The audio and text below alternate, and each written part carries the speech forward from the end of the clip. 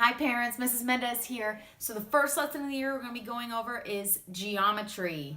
So review, practice with your students so they can have dad-amazing results. The key to geometry is it's all about vocabulary. So the first set of vocabulary students are learning is a point, line, line segment, and ray. The easiest one is probably a point, which is an exact location, just a little dot. But the one that sometimes students get confused with is between a line and a line segment. Now the biggest difference between a line and a line segment is that a line goes on forever. So a line is indicated by two arrows, one on each side, which means this side would go on forever and this side would go on forever in this direction. However, a line segment contains 2 points, which indicates that that line stops in those areas. So big differences between line segment. Also, I teach kids segment is a piece. Therefore, it would stop. Now, the other big one is a ray. A ray is kind of a mix between a line and a line segment. It has the end point. However, the other side goes on forever. One thing I like to show is it reminds me of a stingray. So if you had,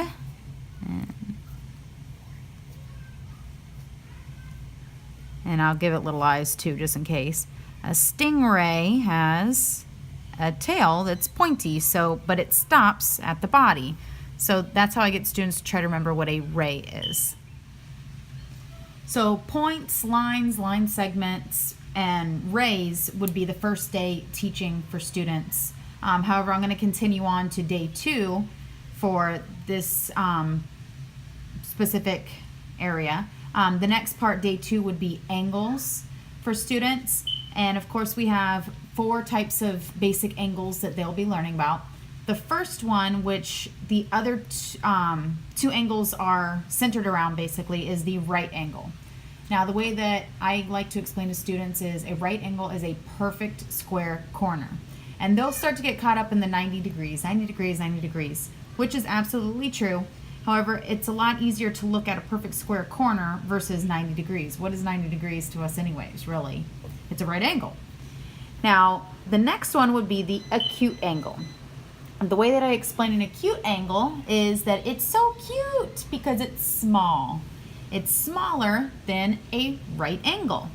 So therefore it is less than a right angle, and it looks like it's folding in from the right angle. So you can see, comparing to the right angle, this one looks like it's kind of folding in from the right angle position.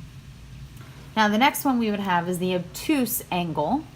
And the obtuse angle is, I say obtuse because it's greater than a right angle, so it's bigger. So I like to use that sound like obtuse, kind of joking around with the kids to let them know it's bigger. And it looks like it's kind of leaning out.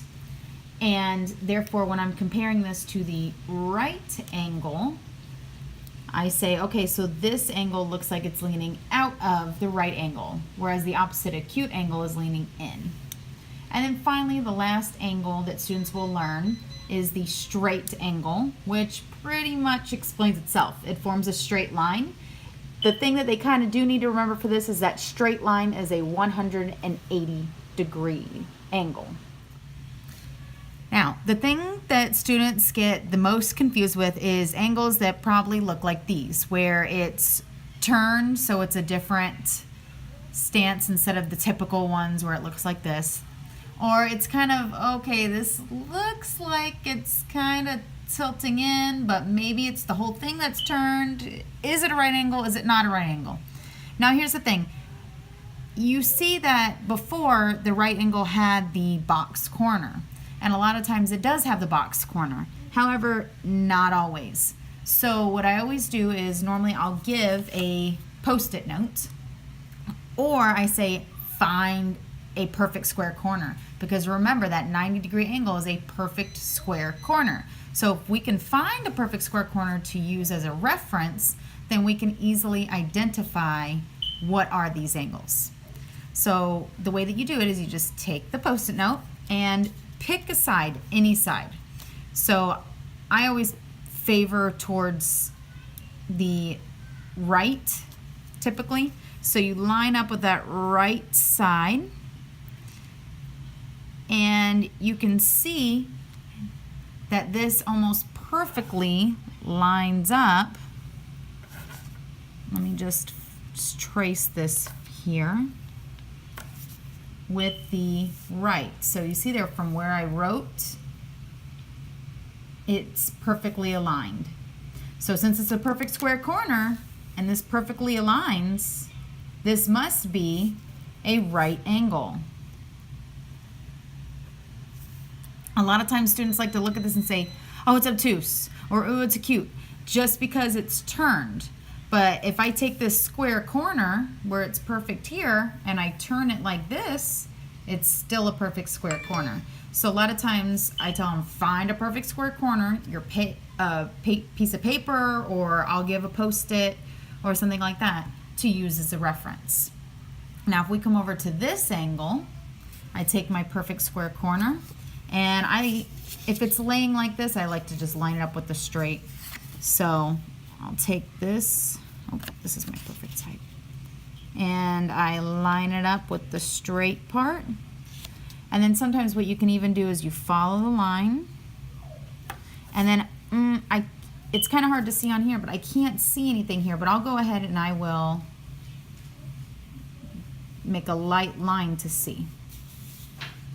Okay, well here I made that light line for the perfect square corner, which would be a 90-degree angle, right angle. And as you can see, this here is what I drew. That would be a right angle. However, this looks like it's leaning in. So if we remember from the notes, oh wait, leaning in, that's smaller than a right angle. Oh, that's so cute. So this is an acute angle.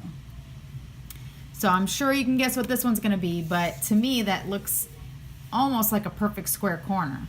However, I'm going to line up with that straight line again. Now this is a little easier to identify. You can clearly see this is kind of hanging out. Even though it's a little bit, it is hanging out. Now I'll go ahead and trace it just as consistency. And as you can see, that light would be the 90-degree angle. However, this is leaning out just a little bit. Now it does not matter where they line up. So I can line up here and you'll see that it's hanging out a little more. Or I can also line up here with this line, and now you can see this part is hanging out a little extra. So it doesn't matter which line they choose, they just have to choose a line and line it perfectly straight up with it. Now since this is leaning out from there, as we saw before, this is an greater than, so it's obtuse. So that is an obtuse angle. So if you're at home and you see one that you're like, I'm not too sure what that is, it looks really close, find yourself that perfect square corner. Because if you have that perfect square corner, you can compare it to a right angle. Okay. Questions or concerns? Make sure you write me an email, chelseam@leeschools.net, or catch me on Dojo. See you next time.